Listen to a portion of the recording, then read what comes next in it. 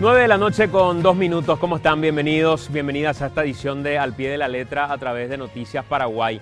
En medio de tanto cucho, en medio de tantas historias que tienen que ver con narcotráfico, que tienen que ver con todas estas cuestiones que están acaparando la atención, el escándalo en la Universidad Nacional, aparecieron videos y cuestiones que tienen que ver con escándalos, hay una cuestión que va a definir el rumbo del país y tiene que ver con la renovación de la Corte Suprema de Justicia. Probablemente la Corte Suprema de Justicia sea el poder del Estado, el judicial, digo, el poder del Estado, al que menos enfocamos en términos periodísticos, pero que mayor trascendencia tiene en muchas cuestiones de nuestra vida y que podría tener todavía mayor trascendencia en la medida que se publiciten los actos de los magistrados, de los ministros de Corte Suprema de Justicia, y que la jurisprudencia tenga una importancia en la vida de la justicia paraguaya, que sea previsible la justicia paraguaya sabiendo que se obró de un modo, si los casos terminan siendo similares, lo más probable es que la justicia falle de esa manera, aunque cada caso es particularísimo, pero la justicia no puede ser tan flexible no debe ser flexible dependiendo de la cara del cliente. El Poder Judicial se va a renovar, al menos en sus hombres o en sus mujeres. Vamos a ver si eso finalmente termina haciendo que se renueve la justicia y que ese viento de cambio que a veces uno quiere sentir en el Poder Legislativo, donde se siente la esperanza cuando de repente un legislador va a su casa a raíz de un hecho de corrupción, la ciudadanía movilizada empieza a escrachar y producto del escrache uno levanta la oreja y dice, acá tengo que cuidarme más en lo que estoy haciendo. Si eso llega también al Poder Judicial y llega también al Poder Ejecutivo, como llegó en algún momento con juicios políticos o con salidas, independientemente al debate del fondo de la cuestión. Hoy queremos empezar a escuchar a los candidatos a la Corte Suprema de Justicia, ternados ya la Corte, y queremos dejar esto como un registro para que incluso aquellas personas que van a tomar una decisión a futuro a la hora de tener que elegir, no se excusen diciendo que no escucharon lo suficiente o no sabían lo que pensaba tal o cual ministro.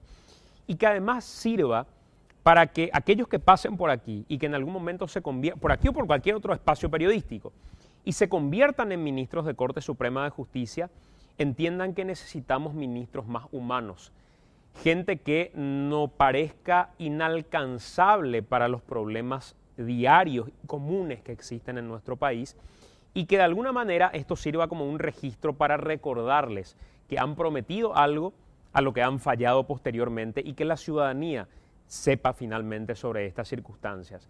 Hoy nos acompaña abriendo este camino y me pone muy contento de que sea una mujer la que abra ese camino, la doctora Elodia Almirón, quien es una mujer de carrera dentro del Poder Judicial, una persona comprometida con los derechos humanos y que hoy de alguna u otra manera nos va a explicar cuáles son sus ideas y llegar a la Corte Suprema de Justicia. Doctora Almirón, bienvenida. Gracias por acompañarnos. Gracias, Santiago. Para mí es un gusto compartir este espacio contigo y con tu audiencia. Gracias por la oportunidad. ¿Quién es Elodia Almirón? ¿Cuáles son sus causas? ¿Cuáles son sus banderas? Si es que tuvieras que definirte, doctora, con las banderas que abrazás, ¿cuáles serían esas banderas? Bueno, Elodia Almirón Prugel es una mujer paraguaya de 48 años de edad que pasó por varios estadios dentro de la Administración de Justicia. Fui relatora de corte en la Sala Constitucional. Anteriormente, antes de recibirme y un poquito tiempo después, trabajé un tiempo en el Comité de Iglesias para Ayudas de Emergencia, una ONG muy importante en materia de protección de derechos humanos en la República del Paraguay. De hecho, tengo varias obras publicadas gracias a la investigación realizada con ellos.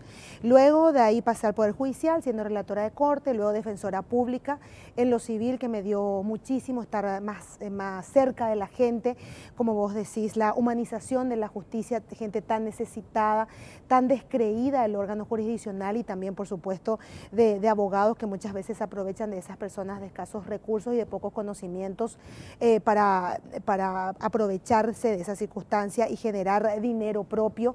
Luego pasé a la justicia letrada, una justicia justicia intermedia, que ahora está desaparecida, porque tenemos una ley modificatoria del Código Procesal Civil y del Código de Organización Judicial. Ahora tenemos justicia de paz y primera instancia. Estuve 10 años allí, me presenté a una terna para una alzada, no fui seleccionada, salí naturalmente. Estuve un año en migraciones bajo la administración de Rocío Vallejo, que me llevó como directora jurídica, luego pasé a aduanas también con ella, y ahí estuve 4 años en la dirección jurídica de aduanas y luego trabajé mucho intensamente. Yo soy una persona muy tesonera con mis sueños y volví a mi primer amor, el Poder Judicial, hace 2 años, a la segunda sala civil y laboral en Central, y la Corte ahora me trajo a Capital desde el 19 de febrero en el Tribunal de Apelación Laboral, primera sala, donde estamos trabajando arduamente para combatir la mora judicial en una competencia tan altamente tuitiva como lo laboral. ¿Cuáles son mis sueños? ¿Cuáles son mis banderas? Mi bandera siempre ha sido la honestidad, ha sido el trabajo tesonero para cumplir a cabalidad con los objetivos que me he propuesto en el lugar donde he estado, ya sea desde afuera, desde adentro, y sobre todo la protección a los derechos fundamentales y ese rigor irrestricto al respeto al principio de igualdad, querido Santiago. Cuando estábamos hablando antes del programa, me contabas lo que tiene que ver con la morosidad, que me sorprendía verdaderamente, porque uno de los males más tremendos de nuestro país es la morosidad judicial. En tu tarea hoy, ¿no existe mora judicial? Sí, existe mora judicial, es claro que existe la mora judicial, no se puede esconder el sol con un dedo. Estamos trabajando incansablemente en el Tribunal de Apelación Primera Sala para reducir esa alta tasa de mora judicial con expedientes del año 2015-2016 que hemos terminado. También estamos trabajando arduamente para poder terminarlos el año 2017. Yo particularmente estoy 0 expedientes, acabamos de hacer un sorteo, pero eso también requiere mucha inversión de tiempo, cero espacio. Expedientes. ¿Cómo se llega a 0 expedientes? 0 expedientes significa que no tengo expedientes míos para resolver en el ámbito de mi despacho. Claro. Hoy hemos hecho un sorteo, han entrado otra vez una buena cantidad de expedientes, es decir, de 0 expedientes he pasado a más de 10 expedientes. ¿Y qué implica eso? ¿Trabajar de qué hora a qué hora? Ha implicado muchas horas de trabajo, de robarle tiempo y espacio a mi familia, a quien yo estoy muy agradecida, a mi esposo que me acompaña a todos lados. Mi hijo es muy pequeño, tiene 7 años y medio.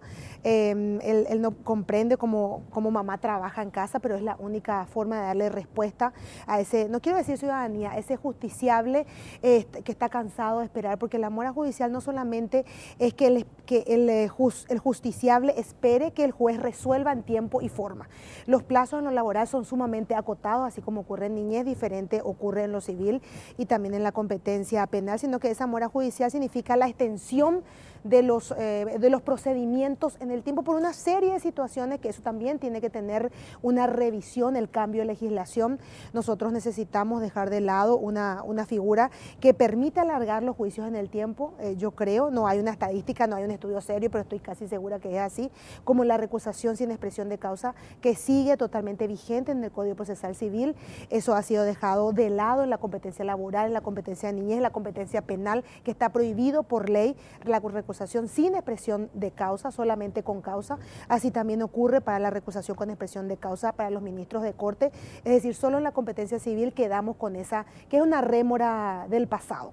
Y después también hay otras reformas que hay que hacer, como la cuestión de la regulación del recurso de casación en materia civil y laboral. Lo tiene el Código Procesal Penal, el nuevo que está vigente hace poco tiempo, y ese recurso de casación podría uniformar, que es lo que habías dicho, y hago mías tus palabras, que necesitamos predictibilidad, recordando al jurista Alf Ross, que definía a la interpretación de la ley como una forma de predicción de cómo van a actuar los tribunales, porque eso no solamente genera una seguridad jurídica para el justiciable, que es el sujeto más importante que nosotros debemos cuidar, sino que también genera seguridad jurídica para el juzgador. Es decir, no pensar en qué sala va a caer para ver qué interpretación se le da o sí o no. necesitamos uniformar la jurisprudencia, la forma en que los tribunales van a fallar, y eso no significa un encasquetamiento y una camisa de fuerza para el juzgador.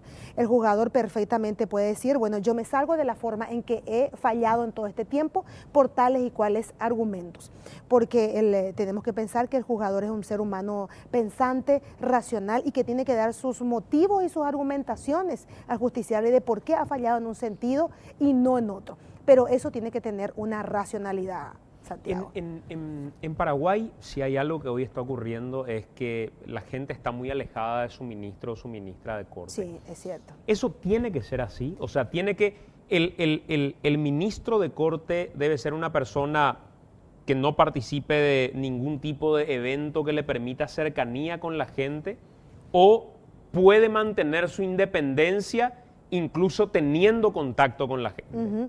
Yo creo que ese contacto con la gente se da a través del justiciable.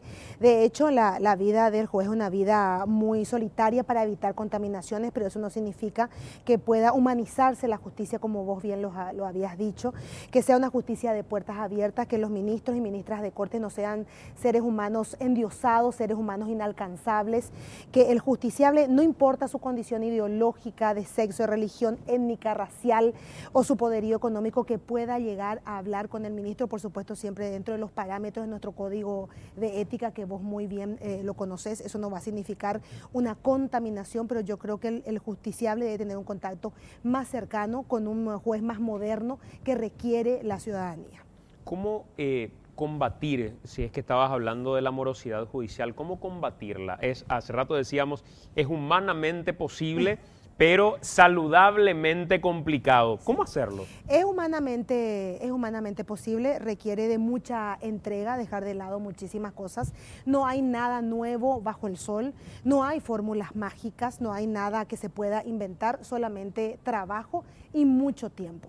Porque uno tiene que dedicarle tiempo, el juez debe hacer sus resoluciones, porque como yo siempre digo en mis clases de interpretación, se nota cuando el juez no hace sus resoluciones. Cuando lo hace el relator. Cuando no lo hace el juez.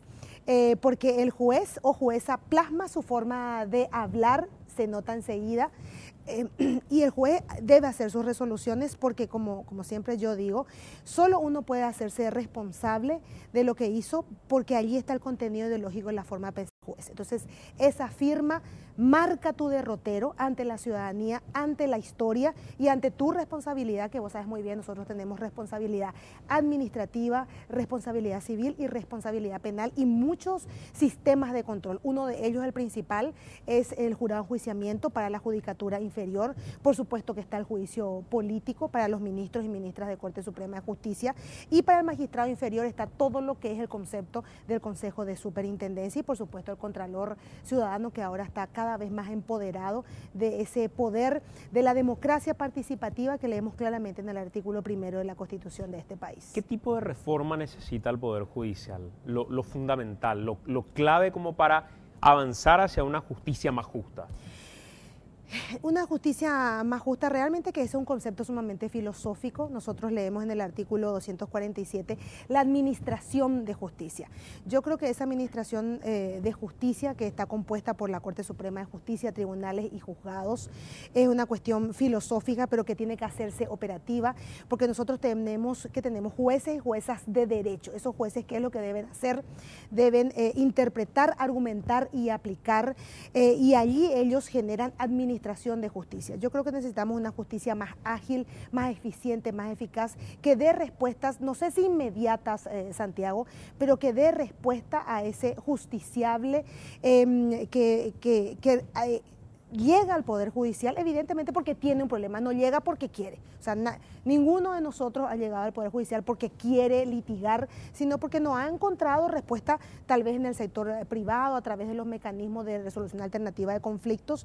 Entonces necesitamos una justicia más ágil, menos pesada, menos burocratizada, porque se ha convertido en un aparato gigante sumamente burocrático. Y en esa línea de reforma, ¿considerás que la Corte debería seguir manteniendo funciones administrativas como hoy las tiene?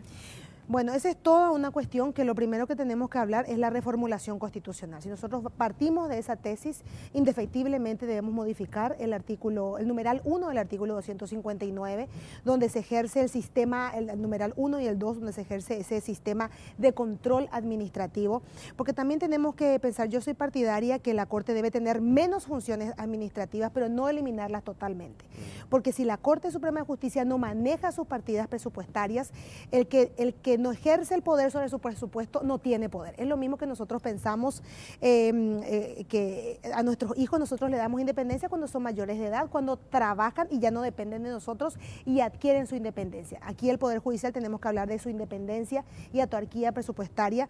El que no tiene el manejo del vil metal, como yo digo, no tiene poder efectivo, y eso también tiene que ver con una política en la administración de justicia, porque el órgano jurisdiccional no solamente está para juzgar. No nos olvidemos que en la nueva teoría del Estado, los tres órganos del Estado hacen un poco de todo, ya no son compartimentos estancos, es decir, el órgano legiferante no está solo para legislar, administra recursos, administra presupuestos, lo mismo el órgano ejecutivo, que no solamente por antonomasia administra, también juzga a través de sus órganos administrativos, también legifera a través de los decretos, y lo mismo pasa con el Poder Judicial.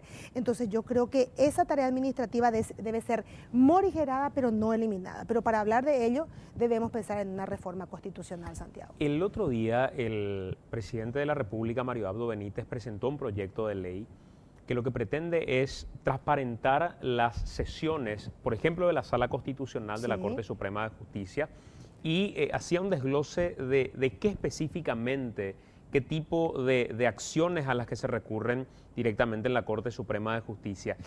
¿Qué pensás respecto a eso y a la transparencia, incluso en la deliberación y la argumentación por parte de los ministros en la Sala Constitucional?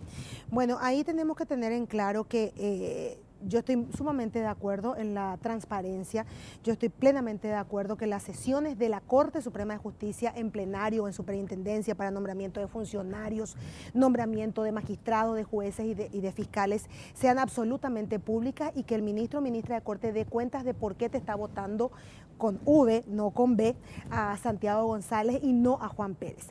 Pero otra cuestión es que las audiencias jurisdiccionales, es decir, en materia de decisión de casos, sean públicas, porque tal vez eso pueda significar recusaciones para los ministros o ministras, ya sea la Sala Constitucional, penal o civil. Yo creo que allí hay un punto de inflexión que tiene una carencia la Corte Suprema de Justicia, no tiene una política pública en materia de comunicación en forma directa con la ciudadanía, porque hay muchas cosas buenas y muchas cosas ordenadas que se hacen desde la Administración de Justicia y que la ciudadanía no se entera. Y si se hacen cosas que no están conforme a derecho para la ciudadanía o para cualquier otro sujeto, que la Corte Suprema de Justicia sea la primera en informar: hemos fallado este caso de tal forma. Hay otra cuestión que es en la Sala Constitucional, que la Sala Constitucional, dentro de la propia ley, de la ley 609/95, que regula sus atribuciones, muchas de las acciones de inconstitucionalidad pueden ser rechazadas in limine litis. De hecho, el Código Procesal Civil regula lo que no puede ser materia de inconstitucionalidad, y en esa ley 609 están los casos que los llamados no justiciables o no judiciables, que es una doctrina que nos viene desde la República Argentina, a la cual nos hemos adscrito durante mucho tiempo, y hay cuestiones que la Corte Suprema de Justicia no puede tratar y que deben ser rechazadas in limine litis, pero habría que repensar si esas audiencias deliberativas de los votos en materia jurisdiccional puedan ser publicitadas, porque eso tal vez pueda acarrear recusaciones con causa, porque se va a saber ya de antemano, antes de que salga la sentencia, que eso marca la pauta para que esa sentencia quede firme y ejecutoriada. ¿Y no responde al principio de publicidad de los actos del Estado? No responde a los actos de la publicidad, porque la sentencia tiene que ser acordada por los integrantes, ya sea de un tribunal o de la Corte Suprema de Justicia en pleno o en Sala Constitucional, Civil o Penal. Tal vez ese punto de inflexión sería que posterior a la salida de la sentencia se pueda observar el debate generado dentro de los miembros de la sala, porque de una u otra forma lo acordado está plasmado allí, eso genera responsabilidad política, genera responsabilidad pública, genera responsabilidad ciudadana y uno no puede esconder el rostro luego de firmar una sentencia. O sea, el planteamiento quizás sería no transmitirlo en vivo. Forma, no sé cómo le llaman ustedes. En tiempo real. Claro, en vivo y en directo, sino que sería luego, sería en vivo, es decir, una vez sesionado, que salga la sentencia, una grabación, y que la ciudadanía pueda saber esa discusión generada entre los ministros o ministras de Corte. Porque en Brasil, por ejemplo, uno ve las sesiones de la Corte Suprema de Brasil. En los juicios orales inclusive. Claro, y eso es público. Y no sé si rompe algún principio en particular. Y de hecho, si vos te fijás, nuestros juicios públicos, o en los juicios, vamos a poner de ejemplo, en los juicios donde está el jury, donde está el jurado, muchos de ellos son publicitados y se toma en consideración el culpable o no culpable, y luego el juez da no en público, da sus argumentos de derecho para imponerle una determinada pena, pero es totalmente público lo que decide el jurado por culpable o no culpable. Entonces allí habría que imbricar a ver cómo eso se podría reglamentar, pero yo creo que se podría generar una, no sé si absoluta transparencia, pero sí un principio de publicidad de los actos. ¿Consideras que es aplicable dentro de alguna reforma un sistema de jurados en Paraguay? Habría que debatirlo. El sistema del jury nos viene, vos lo sabés, desde la Carta Magna Inglesa del año 1215, y eso pasa al derecho norteamericano y tiene que ver con la base del derecho republicano, ser juzgado por los pares, porque el jury no es otra cosa que ser juzgado por los pares. Aparece con esa Carta Magna Inglesa de que los nobles sean jurados por los nobles y no por el poder del rey, y eso pasa a Estados Unidos de Norteamérica, a otros estados, donde el ciudadano el sujeto por quien es juzgado por otro sujeto igual a él. ¿Qué es lo que hace el juez de derecho? Sencillamente se aviene a esa sanción impuesta por culpable o no culpable, si es culpable. ¿Qué es lo que él hace? Hace su fundamentación de derecho para imponerle determinada cantidad de pena, y ojalá que eso se haga realidad en algún momento, tal vez pueda ser aplicable. Nuestra sociedad es muy pequeña, no nos olvidemos, todos y todas nos conocemos, entonces habría que analizar también nuestra idiosincrasia y nuestras costumbres para ver si es posible aplicar el sistema de jurados. Ideológicamente, ¿cómo te definís?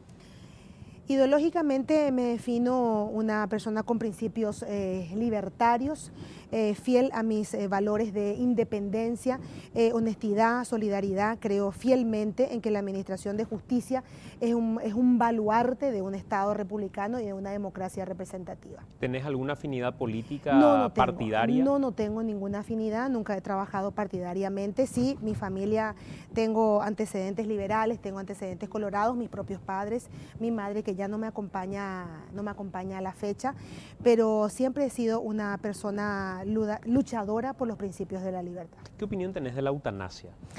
La eutanasia es, algunos le llaman la muerte dulce. Yo creo que es un debate ideológico sumamente importante, donde ahí tendría que discutirse sobre la capacidad de autodeterminarse del sujeto, donde esa capacidad de autodeterminarse de una u otra forma no está permitida todavía en la Constitución Nacional. Si bien es cierto, dice que uno puede disponer de su propio cuerpo con fines científicos y médicos, pero es un debate ideológico sumamente importante que podría instalarse de una u otra forma en la próxima Convención Nacional Constituyente. ¿La unión civil igualitaria? La unión civil igualitaria es una realidad que se nos viene. Nosotros como hombres y mujeres, como mujeres y hombres de derecho, no podemos cerrar los ojos. Eso siempre lo digo en nuestras clases de interpretación de la ley. Yo creo que esa unión igualitaria podría tener una regulación a partir de lo que dispone el artículo 45 de nuestra Constitución, a pesar de lo que dice nuestro artículo 49, 50, 51, 52, inclusive del texto constitucional, que habla de esa unión entre hombre y mujer. Pero no nos olvidemos que el artículo 45 del texto constitucional es una puerta de entrada abierta muy importante para el reconocimiento de estas uniones igualitarias a través de una ley regulatoria. Sin embargo, está todo el otro lado de la biblioteca constitucional que dice dicen que no, que tenemos que tener indefectiblemente una reforma constitucional a tal efecto y no podemos cerrar una realidad fáctica. Nosotros estamos para regular derechos, no nos olvidemos que el derecho, que es lo que es la regulación de la conducta humana por necesidad, y todos nuestros países vecinos la han reconocido de una u otra forma, en mayor o menor medida. Ahí tenemos el ejemplo de Uruguay, que ha reconocido las uniones igualitarias, que yo no la quiero llamar unión igualitaria porque yo tengo mi unión con mi esposo es una unión heterosexual, pero es una unión igualitaria, nosotros somos iguales en la toma de decisiones. Yo la llamo una unión entre personas del mismo sexo. Y eso tiene que ser analizado de una u otra forma dentro del Congreso de la República en algún momento. Tenemos que hacer nosotros la pausa, son las 21:26, a la vuelta de la pausa todavía hay otros temas que los vamos a ir conversando con la doctora Elodia Almirón. Estamos de vuelta, 21:31 minutos, 24 grados de temperatura en esta jornada que estamos dedicándole un poco a conversar con los candidatos a la futura Corte Suprema de Justicia. En esta primera parte nos acompaña la doctora Elodia Almirón. Algunas cuestiones que quería preguntarte, doctora, que tienen que ver con debates que siempre se dan en la sociedad. Por ejemplo, ¿es la Corte Suprema de Justicia un organismo de consulta? ¿Es un organismo al que yo puedo recurrir sin estar en un litigio para preguntarle sobre cómo juzgaría o cómo entiende tal artículo de la Constitución Nacional? Bueno, allí hay dos cuestiones que dilucidar. Una cuestión es la acción de certeza constitucional y la otra es la facultad consultiva de la Corte Suprema de Justicia. De hecho, yo soy una firme convencida, y así lo expreso en mis clases, que la Corte Suprema de Justicia es un órgano de consulta, conforme lo dispone el artículo 247 de la Constitución, cuando dice la interpreta, la cumple y la hace cumplir. Desde el interior, me refiero con lo que dispone el artículo 18 del Código Procesal Civil, a pesar de que hay una interpretación de la Sala Constitucional con un voto en disidencia de sus integrantes naturales, que dicen que eso ha quedado desfasado porque estaba conforme lo disponía la Constitución al año 1967, pero esa facultad de consulta claramente no lo dice, pero uno debe interpretar. Y otra cuestión muy clara es la acción de certeza constitucional, que nosotros no lo tenemos regulado. Es una cuestión que no viene doctrinaria desde el derecho extranjero.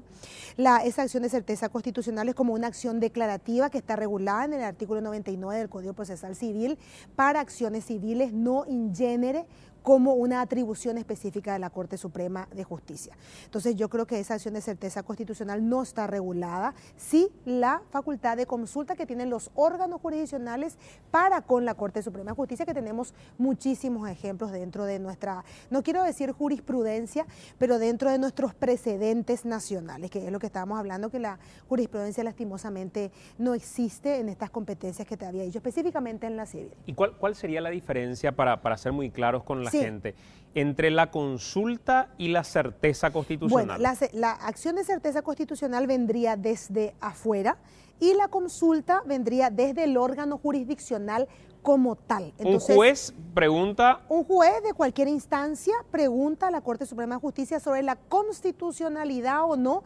si ese marco que tendría que aplicar, el marco normativo me refiero, está dentro de los parámetros del artículo 137 de la Constitución de la República del Paraguay, que habla de esa supremacía constitucional y del orden de prelación. Y el otro sería un justiciable cualquiera que pueda preguntar a la Corte Suprema de Justicia sobre la factibilidad de la constitucionalidad de un acto normativo, ya sea administrativo, legislativo o ejecutivo.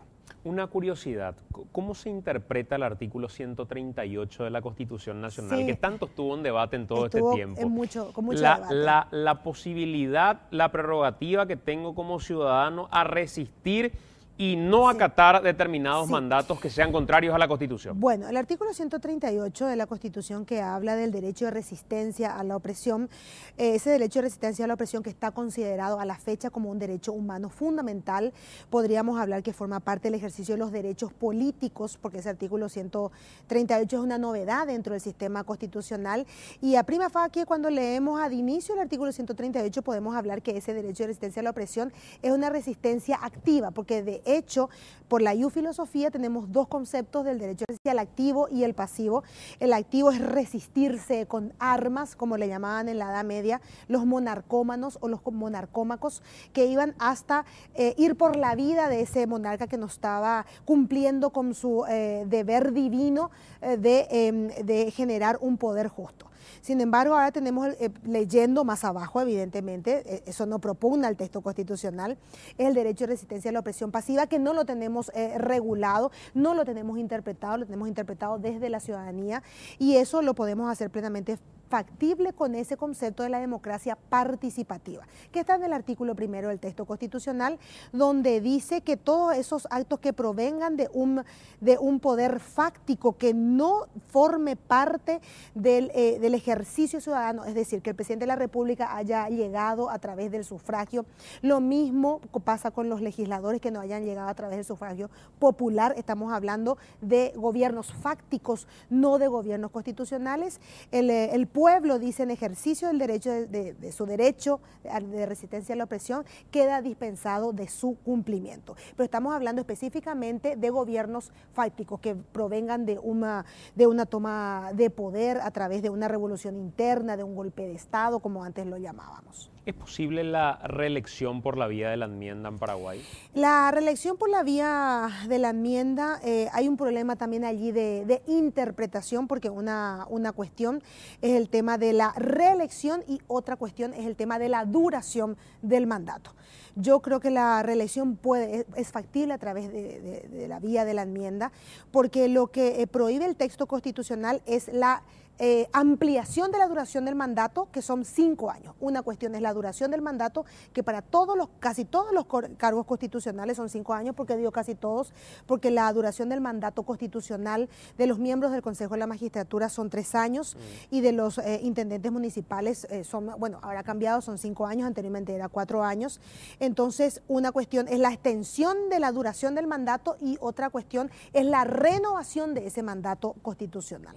Yo creo que eso ha sido un debate sumamente remanido porque no tenemos claridad en el texto constitucional y eso permite al intérprete constitucional, yo recuerdo siempre lo que decía una persona muy representativa de los medios de comunicación, el señor Rubín, yo no entiendo cómo los abogados dicen, algunos dicen sí y otros dicen que no, porque la mitad de la biblioteca dice que sí y la mitad de la biblioteca dice que no. Eso es absolutamente, no sé si está bien o mal, pero es algo tan propio del derecho, porque tenemos nuestro lenguaje jurídico se construye con palabras del lenguaje cotidiano que tienen problemas muy fuertes, como ser problemas de vaguedad, de ambigüedad, que permiten la interpretación del texto constitucional, y que eso es algo que tiene que ver también con el ejercicio de la democracia, Santiago, porque permite el ejercicio discrecional, no arbitrario, que se puede convertir en arbitrario, lo discrecional se puede convertir en arbitrario, pero el juzgador tiene que tener esa capacidad de interpretación. Y si la disyuntiva fuera entre la reelección y la duración del mandato, como cuestiones que no tienen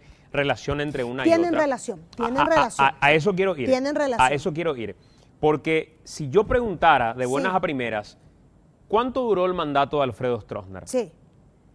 ¿Duró el tiempo que gobernó hasta que fue reelecto, reelecto y reelecto, o duró todos los años que estuvo Stroessner en el poder? Es todo un juego de palabras, porque para mí son cuestiones distintas, pero estrechamente relacionadas. Entonces, allí se genera la disyuntiva si la cuestión constitucional de la reelección puede ir vía enmienda, que ahora ya ha pasado todo el tiempo, pero ¿dónde se ve la flexibilidad? Que la cuestión de la enmienda es una cuestión que solo puede decidir el Congreso de la República a través de lo que dispone el artículo 290 de la Constitución. Sin embargo, la reforma constitucional para las cláusulas pétreas que le llaman los constitucionalistas tenga que ir por el ejercicio ciudadano a través de su elección, de la elección libre, democrática y soberana de los convencionales constituyentes que tengan que reformular un nuevo texto constitucional. O sea, esa es la diferencia del núcleo duro de si vamos por una reforma constitucional o si vamos por el sistema de la enmienda. Pasó con Nicanor, pasó con Lugo, pasó con Cartes. Pasa en la vida real, pasa en la vida real, como diría HBO. El presidente de la República en ejercicio puede ser un candidato a la senaduría activa? ¿Depende del tiempo en el que renuncie? ¿Depende de si haya sido destituido o no por juicio político? ¿Puede un presidente candidatarse al Senado? No hay una prohibición expresa si nosotros nos ponemos a pensar. Eso también es otro desfasaje en nuestro texto constitucional. Vos sabés muy bien, ya como casi futuro de nuestro cuerpo colegiado, futuro integrante, de que nosotros tenemos en la Constitución las inhabilidades absolutas y las inhabilidades relativas. Entonces, allí no hay una prohibición expresa y ahí se produce la disyuntiva. Vos te imaginarás, Santiago, que el tema de la senaduría vitalicia que tanto debate ha generado, donde al presidente de la República, que no ha pasado por un juicio político, indefectiblemente deba ir por la senaduría vitalicia, y un presidente de la República que ha pasado por el juicio político pueda ser un senador activo de la nación. Yo creo que el sujeto que ha llegado a la máxima instancia, a la máxima magistratura, como antes se la llamaba, a la presidencia de la República, tiene que darse por satisfecho más que plenamente, y eso yo creo que ha sido el sentir de los convencionales constituyentes, que han tenido un desfasaje importante dentro de la redacción del texto constitucional en lo que hace a su servicio público. Es decir, llegar a presidente de la República es yo creo, ¿verdad? No es de mi interés, pero es lo máximo a lo que pueda aspirar un político en la República del Paraguay, así como una persona que trabaja en la abogacía o que ha hecho sus peldaños en la magistratura. Su máxima aspiración es llegar a la Corte Suprema de Justicia. Y con eso creo que uno tiene que darse por satisfecho en su servicio a la República del Paraguay. Entonces, la interpretación sería que un presidente de la República puede o no ser candidato activo según lo que dice la Constitución. Sí, no hay prohibición. No hay una prohibición expresa, y vos sabés que en materia de interpretación de la parte orgánica del texto constitucional funciona el principio de legalidad. Es decir, lo que está expresamente prohibido, evidentemente, si se genera si se crea, genera una nulidad. Y eso funciona a contrario de lo que dispone el principio de libertad, es decir, uno puede ejercer todos los actos siempre que eso no esté prohibido. Pasa exactamente lo mismo, interpretando a contrario senso ese principio de legalidad, que la autoridad pública, yendo a lo que es la acción de certeza constitucional. Tomando tu ejemplo, la autoridad pública solo puede hacer lo que expresamente la ley le permite, que dice que puede hacer. Lo demás está prohibido. Entonces, eso funciona con el principio de legalidad. Bueno, doctora, para cerrar, si tuvieras que definir lo que harías de llegar a la Corte Suprema de Justicia en un minuto, y sobre todo como una especie de promesa para con la gente que finalmente va a terminar de alguna manera viéndote como ministra si llegaras, ¿cómo te definirías ahí, sentada ya en tu primer día de ministra de Corte?